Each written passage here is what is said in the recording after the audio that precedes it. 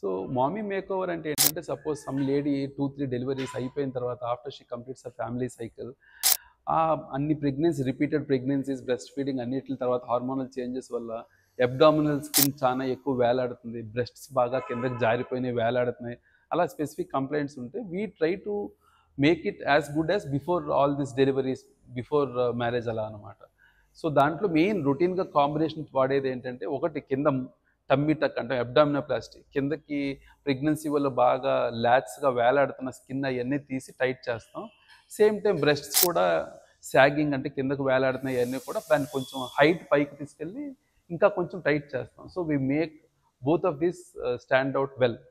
వీటితో పాటు there are other combinations, వేరే ఏరియాస్ నుంచి కొంచెం లైపోసక్షన్ చేయడం, కొంచెం బటక్స్లో పెట్టడం, ఏదో కొంచెం సాగింగ్ అయింది అలాగా. So generally combination what we do is abdominoplasty, liposuction and breast మాస్టోపెట్సీ.